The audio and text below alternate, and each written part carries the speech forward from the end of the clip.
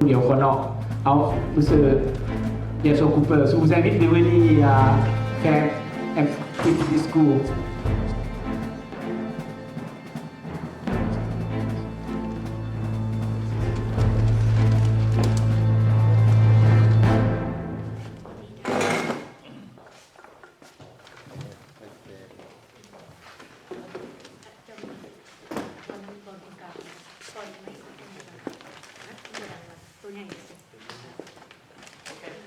So everything okay? Okay. All right, so it's an honor to be here today with everyone. It's good to see friends from the region where I live in Australia. Very good to see friends from all over the world. And it was excellent to watch the video and to see the presentation because in a way it was a walk around the world for all the work that we've done. And I know it's a very important time for ADL. It's now a decade that you've been able to represent the voice of the people inside Laos. And when you look around the world, we really need to have the authentic representation of the people inside Laos. Because all the people inside cannot do what we do here today in Paris. We're meeting in Paris, in the land where they talked about liberté, égalité, fraternity, where the ideas and symbols of freedom and justice were really shared by many people, and a lot of people gave their lives so the world could be better. And we're here now to look at 1 decade of Alliance for Democracy in Laos, and it's a good time to think about what we've accomplished, but more importantly, what future actions. Because we're not meeting just for us. We're meeting every day for the people who can't meet. I wish people in Vientiane and La Prabang could come and talk about what they want, could be able to voice their concerns, and more importantly, be able to meet. It's exciting to be in Paris because we also are celebrating over 70 years of the Universal Declaration of Human Rights. The Universal Declaration of Human Rights is really a roadmap to realize a better world. And when they created it in 1948, they actually signed it just over there on the other side of Paris, right near Tour de Fed. The countries of the world, not only the West, but people from all over the world had survived World War II. They had seen things they never could imagine. Genocide, trying to make one group of people disappear from the earth. And they said, never again. The problem is, never again is happening inside Laos. Never again is happening to many people around the world that we should stand in solidarity with. In Syria, in Hong Kong. We have to be stronger than the people who just worship money in today's age. It's sad when people send a small tweet of 7 words that says, fight for freedom, and you have to apologize to a communist regime in China. The world is blind for profit. But we know what matters most. We know that most people inside Laos want the most basic things that are in the Universal Declaration of Human Rights. And that's why the Universal Declaration of Human Rights, which was adopted in Paris 70 years ago, is so vital. It has the rights that we have here, that we're exercising. Freedom of thought. That we can come here and share our thoughts. More importantly, create our thoughts. Inside Laos, people are afraid to think because they don't know who will turn them in. What would happen to them? But we have freedom of thought. But more importantly, we have freedom of speech, where we can share our thoughts together. And we can disagree, but we can inspire each other to think even better ideas. Because all of us have some truth. And we all have some experiences that give us insight. In these 10 years you've been meeting, I've been fortunate enough to be a part of that because we actually met here in Paris. So this is, in a way, sort of our anniversary. I was helping another group focus on human rights as well, and I met Bunton and Marcus at an event here in Paris, and they said, would you help us? And the exciting thing is we used human rights, freedom of thought, freedom of speech, and freedom of assembly, like we're doing now. And we coordinated the campaigns so that whenever there was an opportunity to talk about Laos to the world, and there's not that many, because Laos is a very small country. To you, Laos is your world. But to the rest of the world, there's so many people in similar situations. So we used human rights, freedom of thought, speech, assembly, freedom to make sure that we use these systems that exist at the UN. Because the UN is the body that will celebrate its 75th birthday next summer. You're celebrating 10 years. But next year in San Francisco, on June 26th, they'll celebrate 75 years. And the UN isn't everything, but it's the place where the world leaders meet. And last month, we were in New York at the UN General Assembly. We were at the Climate Action Summit. We were at the important summit on sustainable development goals, développement durable, and we were there with everyone else because those new 17 goals are also what people in Laos want. No poverty, zero hunger, good health, quality education, women to be treated equal, clean water. We're so fortunate. We're in France. We don't need bottled water. We can drink the water because there's people working for healthy water. Renewable energy. The good news is ADL's headquarters in Hagen is all renewable energy. And it's not like it's in Hawaii. It's Germany. So we have to make sure those development goals are actually practiced. 8, decent work and economic growth. 9, innovation, infrastructure. 10, reducing inequality. The people of Laos do not get to have their lives because they live in a two-tiered society of people from outside coming in, people from Vietnam, people from China with wealth and resources and demanding that your homeland becomes their playground. And the people there just want to make sure they have those other goals. And if you look at the rest, if you look at sustainable cities, if you look at the important aspect of climate action, nothing's worse than getting your land back. Let's say we organize, we step up, we are more effective than ever. You get your land back, and because climate change, the crops don't grow when they should. Then the people are still hungry. Then what's the problem? They'll still need your help. So climate action, we have to make sure the people of Laos understand climate change as much as possible.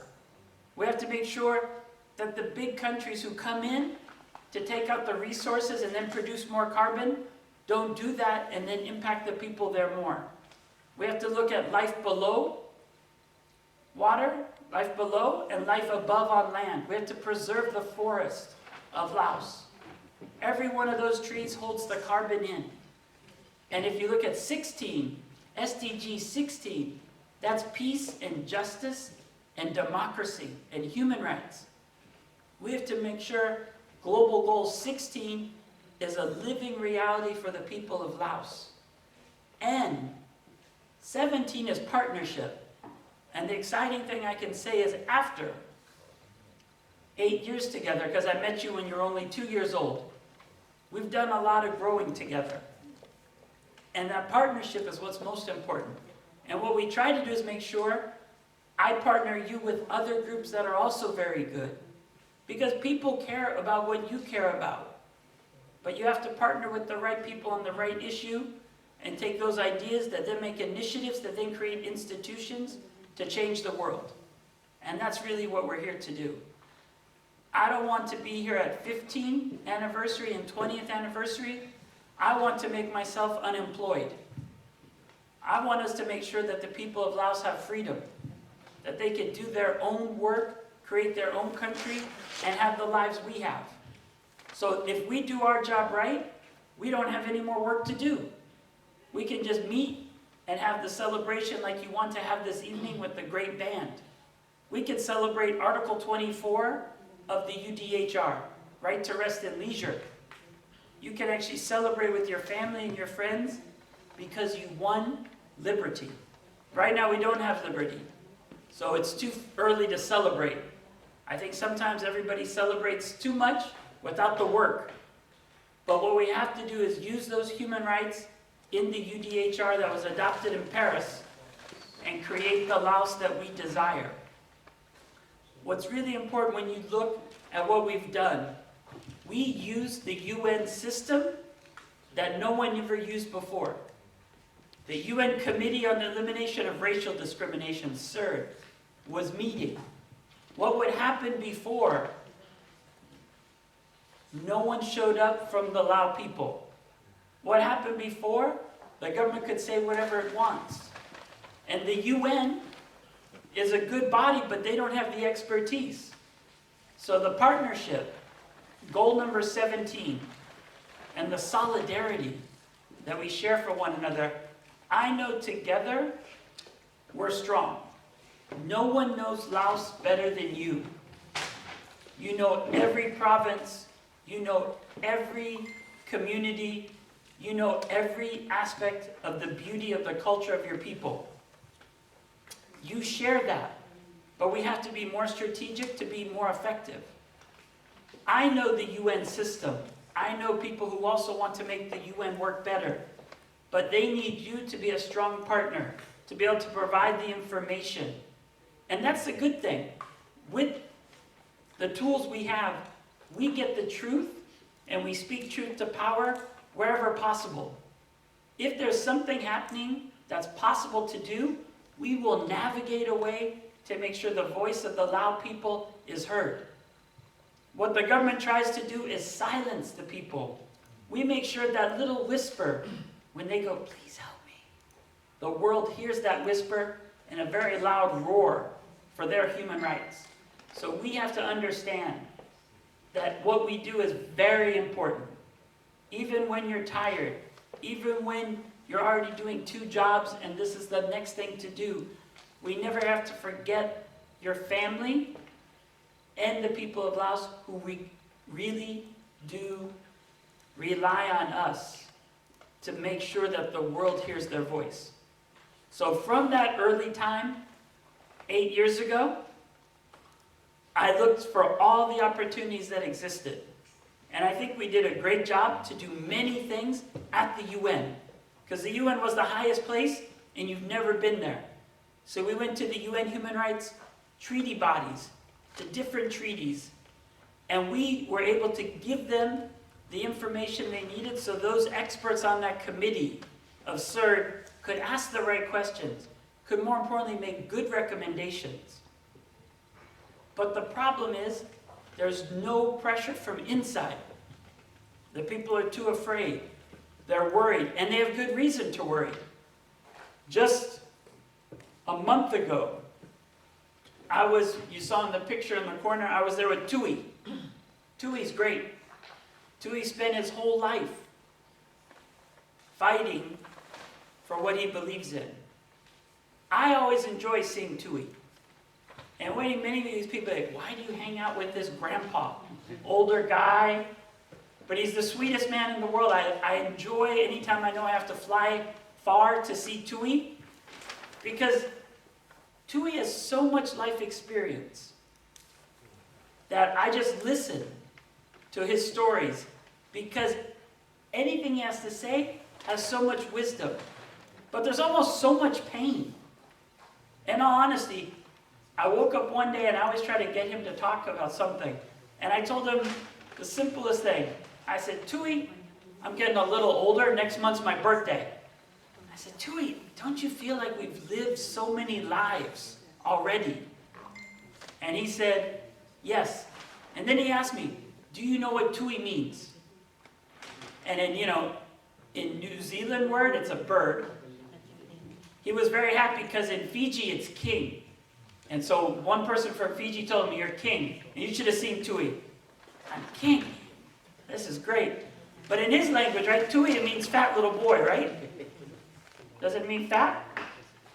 And everybody just calls this nice old man, hey, chubby, basically. And then he told me the most sad story. And it's just these things he carries with him. He said, you know what? I had a twin brother. And one day I went out to play, and bombs fell from the sky, and I never saw my twin brother again. And I don't know if he's alive. And that's the stories you have that you have to share with the world, because people don't know the hardship you go through. People don't know what's happening in Laos. But it can't be forgotten. His brother can't be forgotten. We can't forget a single person, because even this morning, when the person picked me up, and then we came over here, he said, how are you doing? And it's just the best thing. It's your outlook on life, your culture, your cosmology. He says, every day I exist on this earth is a blessing. And it is true. We live on the most beautiful planet Earth. We have oxygen. We have delicious food. You have the Lao food. You have all the good sticky rice. You have all the meats, the sausages. And you've moved to new places, and they have good food. France has baguette. I heard you like a lot the food. You were eating the pâté in the back for breakfast. They're getting you more bread so you can eat more. But we want to make sure that the people in Laos can be that happy, that they can have the food. And all they want is the simple things. They want to have 3 meals a day. They want to have clean water and be healthy. And the government's making bad decisions to get rich. And the sad thing is no one's benefiting. And one of the best speeches I heard last month, we were at the General Assembly, is also an example of the work we do. The Special Rapporteur on Extreme Poverty and Human Rights, Philip Alston. And that's what we organized. Before he went to Laos, we organized, and I was able to coordinate. I'm in New York City, at New York University, the law school. We're Skyping in Bunton from Germany. We're Skyping in other people to share the Laos story. And we prepare, also with our friend from Canada, Kong Sai, who's just getting healthier. And we coordinate what you need to see when you go to Laos, what you have to concentrate on, and we help him. This is what the government's going to try to do. But Philip Alston, he's from Australia. He's one of the best special rapporteurs that fall under the Human Rights Council. We tell him, this is what you need to look for. All he needs is a little hint. He went then to all the right places. He went then to find out what's going on. He issued a great report. He issued 2 reports, one on Laos and the next one on climate change. He said there's now climate apartheid, where the wealthy few think that they can survive climate change by just paying. But the truth is, everything we eat comes from the earth. Everything we wear comes from the earth. We need the earth. The people in Laos know that because they live connected to the earth. And if that disruption with harmony with the natural environment is destroyed, so are we. But Philip Alston also in his report, besides climate apartheid, he says poverty is produced by the government. Poverty, Mandela said, is man-made because the government makes bad decisions. And those bad decisions then impoverish and, more importantly, allow people to die. And he said, that's your fault. And Laos always comes up with the excuse. 40 years ago we had war. Please help us, give us aid. It's difficult. Well, that's too gone. That's one generation has already lost the potential. And we want to make sure in the next 10 years of ADL that is changed forever. We know poverty is a decision made by the government. Those people are in poverty not because they don't care, not because they don't have the ability to make their lives better, but the government at top is making poor decisions that benefit the few, and the people desire a better life. And all we're doing is partnering with them so that they have at least someone to give the information to.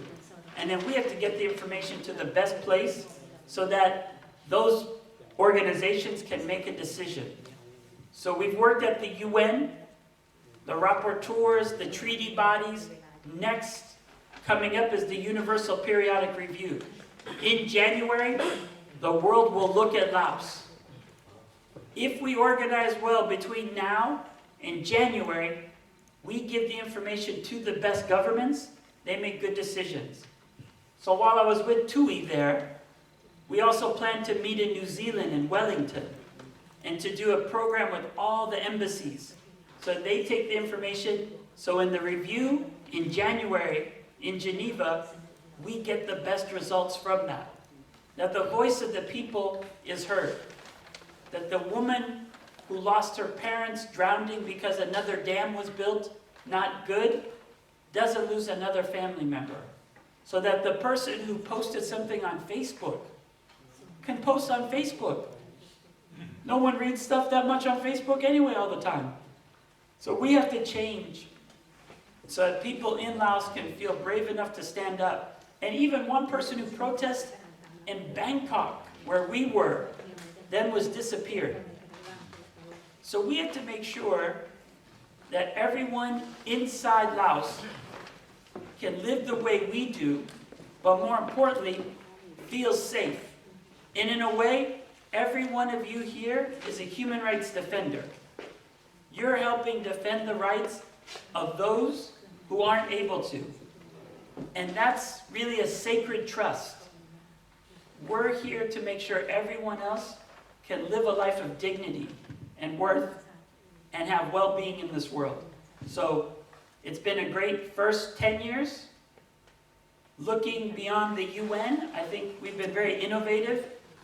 We worked with other big governments, such as Australia. We went to the Department of Foreign Affairs and Trade this summer, and they have a bilateral meeting every 2 years. We have to organize. When that meeting comes up, not this summer, but next summer, we've got to make sure we do everything to get every Lao person inside Australia to be ready, to meet with their members of parliament before, to then make sure their members of parliament ask questions of DFAT when they meet with Laos. We have to organize everywhere. Last night, I was with your youth here in Paris. We have to go to the Senate, the parliament here in France, and meet with them every year until the aid and assistance is linked to human rights. We have to do that everywhere Lao people live. You have to meet with your new officials, your citizens here. The craziest irony is you work in all your countries. You pay taxes. Some of that money is in foreign aid given back to the government to oppress your own people. The government will say, we don't know. In the next 10 years, that's not an excuse. Every government in every country where you live has got to know about your voice and what you care about, and they have to make decisions about aid that make sure it actually helps the people and doesn't make their lives any worse. The governments of the West do care, but they don't know exactly what's going on in Laos. They don't know how the corruption happens. We have to be able to explain to them, because then we can make sure the people inside Laos who receive anything, it improves their lives. We can't be complicit. And by not meeting with your local governments, we're not making their job better to give aid and to put the money where it belongs. So we can do that. The other area, though, everyone was afraid. And that's what oppressive governments do. They try to plant the seed in your mind so you doubt what you're possible of doing. They try to make you think, if I do this, something bad will happen. But what we've shown and what you've done in these 10 years is show exactly what Václav Havel talked about, where Bunton was studying in Czechoslovakia at the time. Václav Havel was like, we have to fight this fear. We have to overcome that oppression. And he pointed out the thirst for freedom is greater than anything. The people in Laos will never give up. But if the people of Laos will be free depends on what we do and how effective we are at engaging and meeting with people. So we also went to ASEAN. ASEAN is a very important meeting. These ASEAN countries have an ASEAN Civil Society Conference, an ASEAN People's Forum. You had never been there. The only people they ever saw were gongos, government-organized NGOs. Those people would go there and say whatever the government told them because they're afraid. We went there right after the UPR, and we've been there ever since. And now, if you go to an ASEAN meeting, they look for ADL. They said, where's ADL? Where's our allies? Because the people of ASEAN in Cambodia, in Vietnam, in Thailand, in the Philippines, in Myanmar, in Burma, they know you're partners. They know you're going through the same struggle. They know you have land grabbing, taking away the land of the people so they can provide food. They know you can't vote in the election. They know you can't even speak Lao anymore and that another language of another country is more preferred. They understand what that's like. So they know that you're the genuine, authentic voice against a government that's forgotten its people. So we were able to stop. The conference goes every year to a different country. It was supposed to go to Laos. We told them simply, you can't host this meeting there. It's not safe. We were able to then convince them not to go to Laos, but then go to Timor-Leste, which isn't even a member of ASEAN yet. And we had a great meeting there in Timor-Leste. And even better, 2 years ago we went to Singapore. In Singapore, I have to say, the spirit of Timor-Leste always inspires me. They just celebrated their 20th anniversary of a referendum for independence in August. And I'll really say something. Lisiano, their current representative in Singapore, went with Bunton and I and spent 3 hours. This is an ambassador who's very busy. He spent 3 hours sharing his struggle, what they did in East Timor to become free. He could easily say, we're free, I'm not Lao, that's your struggle. But he spent 3 hours talking with us, listening to us about the situation, and more importantly, giving advice based on how they were able to advocate and be activists and change their world. So the people in the world want to work with you. Linciano from Timor-Leste, I've seen him many times, but he was there to listen and say, don't just ask me for help, because no one from outside can do it. These are things that he shared, these are our stories of struggle, and this is how we became free. It might be helpful to you, but you must build your own way of how to make a better world. And so at ASEAN, we have many strong allies. And so from every level, from the UN to the capitals of the countries you now live, to the regional mechanism, we've organized.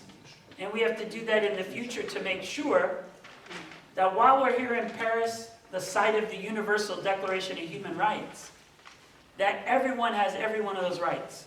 In Article 1, every human being is born free and equal. Free and equal in dignity and rights.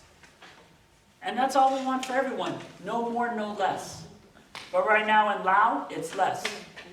So until the people of Laos are equal and their lives are better, Alliance for Democracy in Laos will keep striving for the next 10 years, for the next 100 if we have to, but why work that long? Let's be more effective. Let's reach out and talk with the youth next so that the youth are bringing up the next generation and that we're thinking strategically how to change what's happening in Laos so no one else has to have their human rights violated, so that Laos can be a country where everyone can be what they desire and that the culture of Laos, which is very beautiful, can thrive. And you can share that with the world. Not in a horrible tourism where people come to get high, but where the people come and get high on the beauty. And I'll remember another experience, because we have so many experiences in a way, we're like a big family in a way. Another great moment was being in Canada, where we just lobbied Parliament. And just last year I lobbied Parliament in April, and it snowed 14 inches. And if that's not dedication, I don't know what is. It's April and it's snowing. And we're walking through the snow to meet with the elected officials. We had to go by the flame by Parliament just to stay warm. But we're there watching Anthony Bourdain walk around Laos. And he's like, Laos is beautiful. And he's there on CNN talking about Laos. And everyone that saw that was like, wow, I never knew about Laos. So the point is, people want to come to Laos like Anthony Bourdain did and experience that culture. But they want the people to be able to share that. But now the people inside Laos are always afraid. So we have to do the best we can. Because in all honesty, I'll be honest, we don't have a long time. China's Belt Road Initiative is pure 21st century capitalism, destruction of national resources, and ruining your environment just for China to move forward. If we don't organize and the people be able to stand up, there'll be more land grabbing that will destroy Laos, and you won't have a homeland to get back. So we have to work with urgency, we have to utilize everything the UN has, and we have to be even more creative. The last thing I'll say, we have to even use the nonviolent strategies that we've talked about by the Albert Einstein Institute, Gene Sharp. We've already done all the meetings with those people in this last 10 years. We have to teach them now the nonviolent campaigns. We need to light the light. And this afternoon, when in my next talk, we're going to be Sparks for Rights for one campaign that exists, and everyone will be able to take up their cell phone and sign up. But more importantly, we're going to create a similar campaign inside Laos. And if you look inside the map I'll show you, Laos is there. We're going to just explore and do a campaign to see how many people we can get inside Laos and how many Lao people we can get around the world to light up that map. And when that lamp is shining bright, like the candle of freedom, we'll organize inside Laos a similar campaign on social media that no one will know how it's happening, but it'll happen. And the other important thing about being in Paris that people forget, the Statue of Liberty is a gift from France. The Statue of Liberty is right next to Tour d'Eiffel. That's the original Statue of Liberty. And we want to make sure that one day there'll be a Statue of Liberty inside Vientiane. That people will remember this meeting on the 10th anniversary of ADL and say the people of ADL made sure that flame was bright enough for all the people inside Laos to see. And that they walked towards enlightenment, towards liberty, towards freedom, and a better world, and that we carried that torch. So it's an honor to work with you over these last 10 years. I think we have done a lot that you can be very proud of. Laos tried to sit on the Human Rights Council. Today's October 12, right? In 5 days, they'll elect the new representatives of the Human Rights Council. Laos had the audacity to say we should sit on a Human Rights Council. Are you kidding me? You can't even protect human rights in your own country, and you want to sit on a council for the rest of the world? That's the problem. Many governments, such as China, such as Russia, want to go to those UN meetings. They are afraid. They know those instruments could work, so they get on those committees to stop them from being effective. When Laos tried to run, I'll be honest with you, they should have won. The year before, Vietnam got elected with the most votes ever, over 180 out of 193. When I had the idea, I said, wow, Laos is running, maybe we should tell everyone not to vote for them. Even my human rights friends. They said, Josh, no one runs campaigns and gets off a country who probably will get on. But we organized. We went to New York. We went to Geneva. We met with countries. We made a campaign. 16 reasons why Laos shouldn't be on the Human Rights Council in 2016. And they're not on the council. They don't vote. Because we said you don't deserve to be on that body. You need to be a better country if you think you should sit there. And we defeated them. That was great. They normally won every time. But in 10 years, they didn't get to have an ASEAN meeting in their country. Do you know how embarrassing that is? Every other 10 countries, and they're bad countries. Look at the Philippines these days. They're killing people in the streets. It still happens there, but we stopped it from being in Laos. Every other country is a bad country trying to get on the council. We stopped them from being on the council. But more importantly, what we always do is we represent the people inside Laos. So there's a couple things I think we need to do. I'll just say them briefly and we'll talk about it more in detail. We need to write the book about the people of Laos' vision for their country and what they believe in. Too often, last night when she picked me up, we went to the bookstore in Paris. It's about the French vision of Laos. It's about the U.S. interest against communism. Then, now it's Vietnam trying to be France of what they tried to do with Indochine.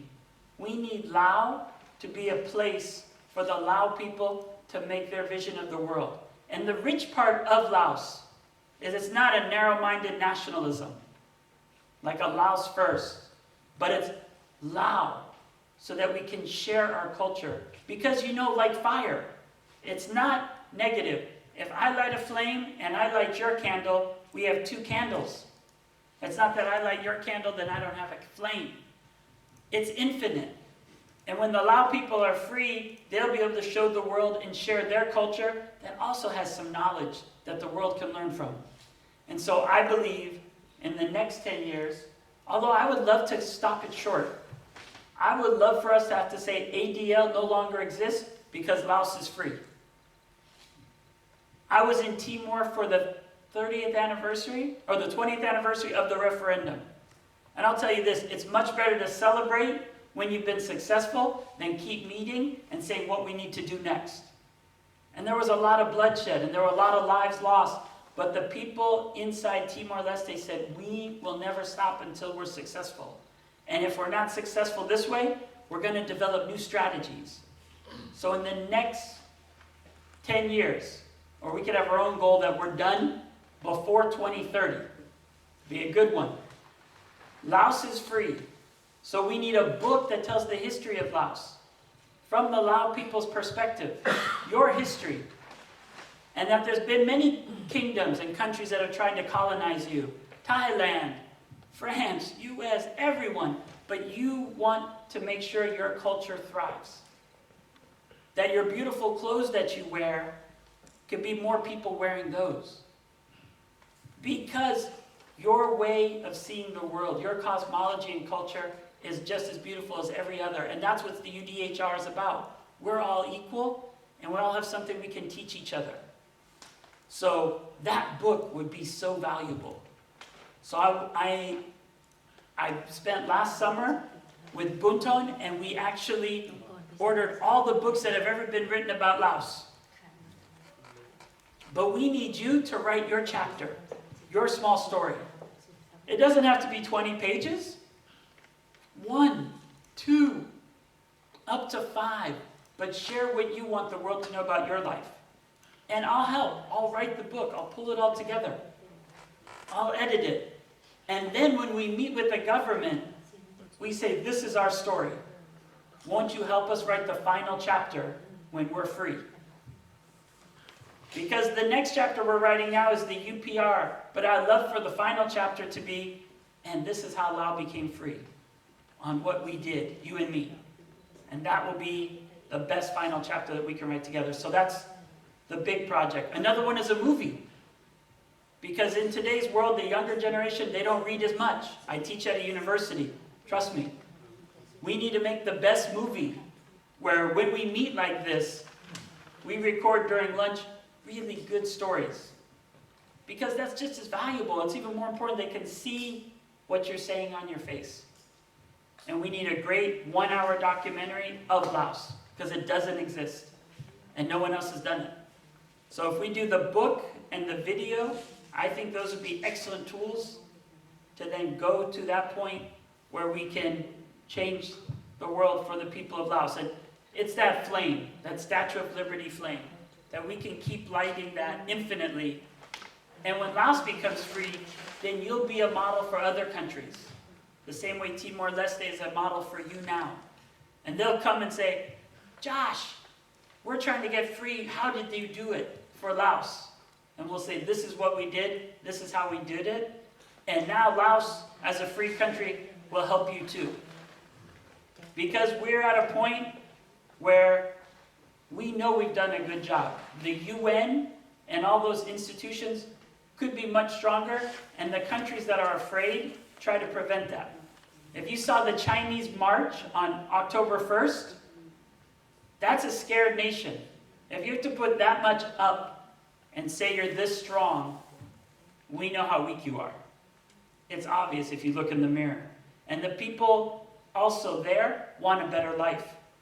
And so we have to make sure that everyone can have that. And the point too is if we don't act now, our earth could be destroyed forever, and no matter what we would want to do, it won't get better. And trust me, I grew up in Hawaii. Nature doesn't negotiate. She wins. If you surf and you think you're stronger than a wave, you lose. He lives in Australia. If you think you're stronger, little spiders kill you. Nature is very strong, but you also appreciate the beauty of nature. I saw a video this week of someone walking up a waterfall in Laos. Laos is beautiful with nature. It hasn't all been destroyed. It can be an amazing place for everyone to enjoy. And I think also it would be the place everybody wants to see when it's free. Because then you want to share with people your story. So it's great to be here in Paris. It's great to be in the city where they drafted the Universal Declaration of Human Rights. We have to make sure the UDHR is a booklet that the children of Laos can carry with them and that they can create the country they desire. And I know this is one thing. It's great to see everyone and meet, but I know most of you would rather be inside Laos. That even though you have beautiful homes here, that even though your children grow up in great lives, you would give it all up tomorrow just to go back and to eat sticky rice in your village. And no one understands that. That's something that we have to make sure you can experience. One last thing is I was in Gwangju in South Korea, and they're going to celebrate 40th anniversary because Gwangju on May 18th was surrounded by the military. And everyone in Gwangju stood up. And they have this thing, Gwangju rice balls. And it's a new cuisine. But that's what they gave each other when they were fighting a military that wouldn't let them speak. When they closed off the entire city, those people said, we will fight, and we will stand up, and we won't let the military win. Now, they're a human rights city. A human rights city. And they didn't say, oh, we're free now, we're South Korea, we make the phones that Marcus likes, Samsung. Let's make money. They said, we'll never forget May 18th. And they do an award for human rights movements that are doing things like yours. And more importantly, they became a human rights city. And what I think we need to do is we need to organize human rights cities inside Laos where it's possible. Because the federal level, it's going to be difficult. But we have to organize from the city and province to the capital, to ASEAN, and to the world to make sure that the people of Laos can light that freedom of Lady Liberty that sits there on the Seine River, and that freedom will flow all throughout Laos. It won't be dammed by those damn dams that are being built by China, but freedom will flow just like the Seine River flows by the Statue of Liberty inside La Prabang where the two rivers meet. So I look forward to ADL meetings inside Laos, in La Prabang, in Vientiane, because the people, of course, want to have a country that represents their will, and that's the only way it'll ever happen. So I want to thank you very much for spending your weekends. I'm sure you'd rather be doing something else somewhere else. We're actually in Paris on a sunny day in October. Probably it's a little bit of climate change, which is a bad thing, but it's a sunny day and you're in a building, not forgetting those behind and making sure that you actually are doing what the UN wanted with the 2030 agenda of the 17 global goals. The theme is leave no one behind. So we will never leave the people of Laos behind, and we'll always, hopefully, before our next celebration, have many more people from inside Laos who can share their story about what happens. But we'll talk a little bit more about the Spark of Light campaign this afternoon, and we'll do some more nonviolent resistance and creative things. What we'll do is direct action to help the people, but also we'll continue our diplomacy with the UPR in January. And I think even that's probably the last thing I'll close with. That was probably one of the most beautiful experiences. And sure, I was feeling great to have come up with that entire idea and see everyone, over 100 people, in Geneva together. But I'll have to admit, the most beautiful thing was all the Lao people who haven't seen each other since 1975 or 77, reuniting, and in a crazy way, in a nuclear bunker in Switzerland. That you're all there who have not seen each other for over 30 years. And we called it Vientiane Underground. We had so much good food, all the Geneva people wanted to know where the food was coming from, if it was a restaurant. But more importantly was the happiness on your faces. Because you were doing something you believed in. You could see the impact of your work, and you were together. You were unified. And you realized how much power you had to change politics. So we have to have that same spirit, that same spark at the last UPR. I would say it's only October, but by January your goals should be bigger and brighter than the last UPR. Because the good news is January is not the end. The report is adopted in June, and we can then make sure that the movement builds even further. So thank you very much for the last 8 years together. It's been many memories. It's been definitely a walk around the world. And I look forward for us to march to a different melody, though, of even more happiness and, more importantly, better well-being for the people in Laos together. And we'll have a lot more to smile about then. But enjoy the rest of your meeting. I know we have a lot of important work to do, but those are just some words and some deeper reflections while we're here in Paris. In the City of Lights, we'll light up the world later today. So, Khop Chai Lai Lai. Thank you so much. Merci, Monsieur. ขอเชิญให้ Monsieur Marcus ออกความคิดความเห็น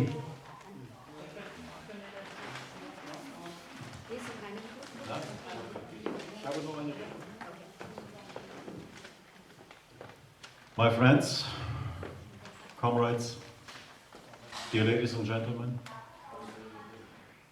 it was a long way with a hard fight.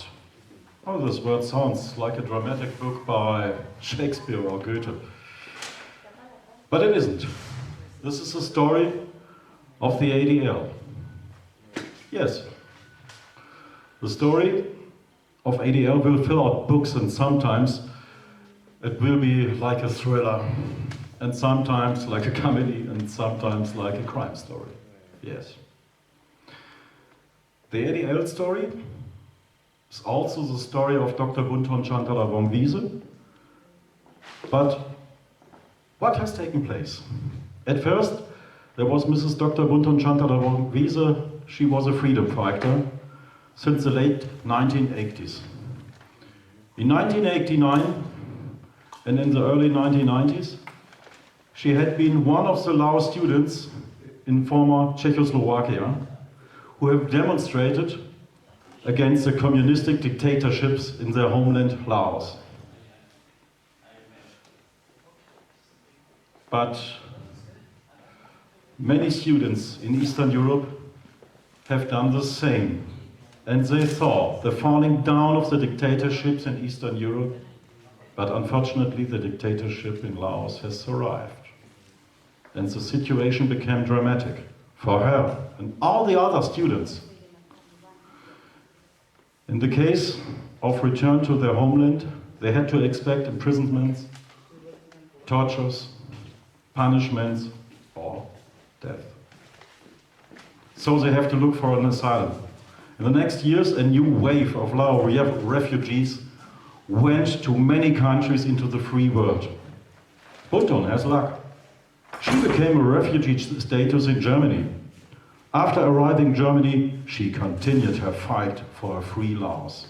She established a new democracy movement and looks for a way to keep the Lao diaspora together.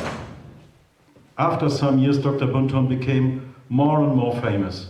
She got many friends for her way, but also many enemies. And people who want to exploit her success. In the year 2000, she felt ill. And so she had to pause her political fight. And this time, I have learned anew. I've maintained her healthy, and I told her that it is time to wait for her, waiting for the right moment to come back. She worked hard for a German approbation for a doctor of medicine, and in 2004, I'm a lucky guy, I've married her. And in 2007, in the time for the comeback, yes, it has come in 2007. In 2007, I've been members of the Lao National Council for Democracy and represented the club on an international meeting for Lao democracy and human rights organizations in Las Vegas. So we planned to build a new network. And the result in 2009, we planned to establish a new organization under with a guy, I think you know him, Mr. Somnit, as a general secretary. Lady de Roland Peel from the UK Tories and member of the upper house in the UK has supported this new idea. She told us, keep all the Laotians together and they will hear your voice. The European Union, the United Nations, the Commonwealth, and all the governments of the world. But suddenly, Mr. Somnit went crazy. He thought that a general secretary has to decide who becomes the president of this movement, and only he alone can decide about the position in that movement. Confusing. But we and other delegates disagreed, and a big trouble has taken place on the founding conference in Brussels. So I have the idea to establish a real democratic network movement for democracy advocates with a free elected presidency. The name has to make association on strangeness and unity. Dr. Bunton proposes the name, and the delegate has been enthusiastic. After 2 hard days, and it was really 2 hard days in Brussels, I remember, we established Alliance for Democracy in Laos. Everything in that movement has been new, everything. It was officially registered as an NGO, and it worked together and continually. Dr. Bunton, as an ADL president, fought hard, and we learned from each other. In my first job, now I'm a paramedic, but my first job I was an insurance clerk. And in the insurance, there's a proverb, we have a motto.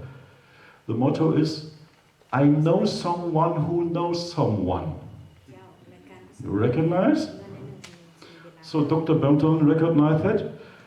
And so we have learned new, the Chinese movement for democratization in China and Asia.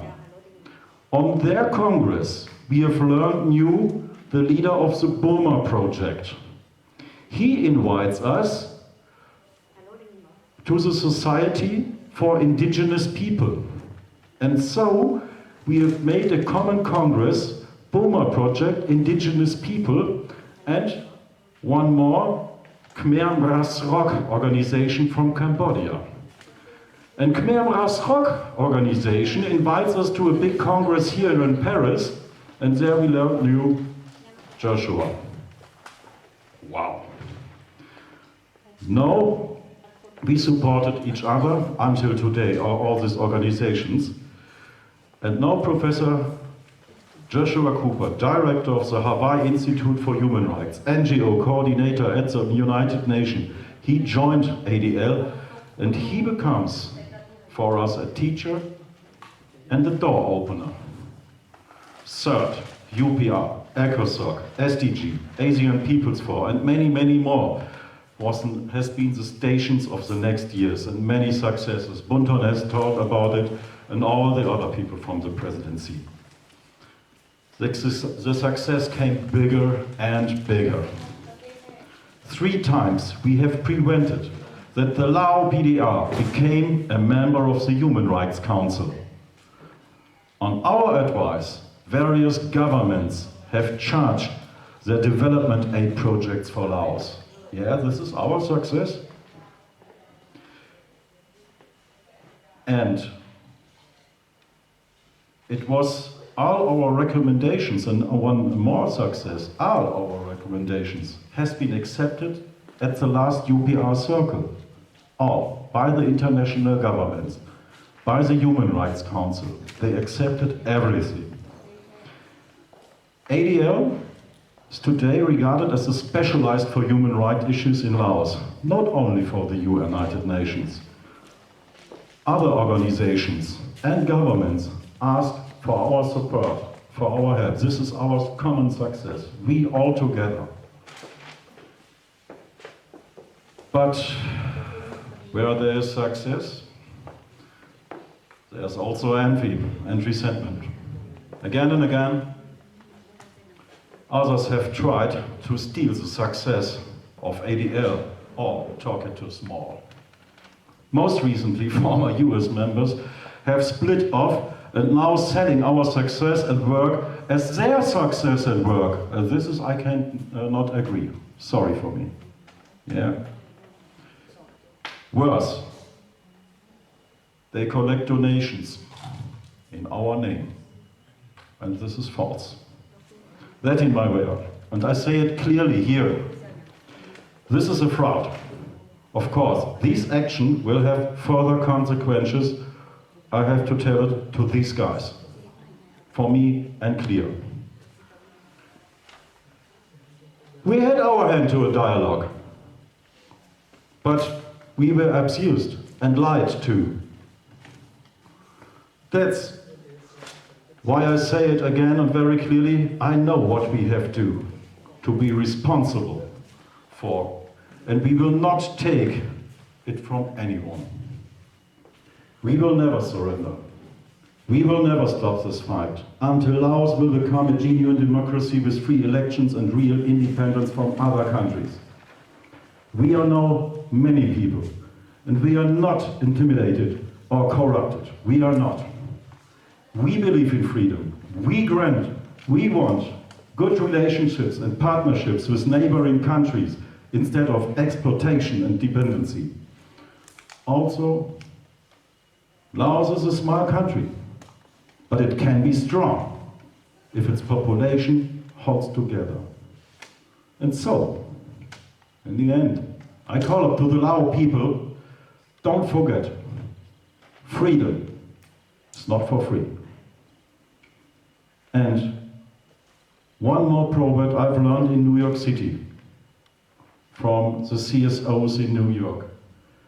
We, the people, together can never be defeated. And all together, we, the people, can never be defeated. Please don't forget it. Thank you for attention.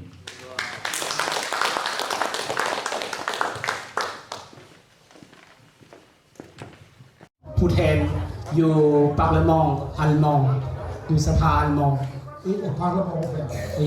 อยู่ในสภานะอันเอเปน Et depuis 3 ans, je travaille ensemble avec les Cambodgiens.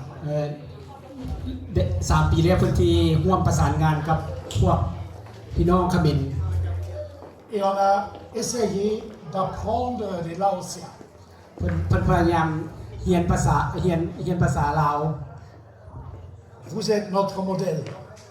เขาเป็นคนลาวเป็นตัวอย่าง Et pour ça, on a créé aussi une association européenne des Cambodgiens. เดี๋ยวเพิ่นก็ได้สร้างองค์การอันเขมร Et quand vous regardez le logo, c'est assez similaire que le vôtre. คือกันกับบรรดาอันขององค์การของพปลของพวกเขา Et vous êtes très fort à Genève.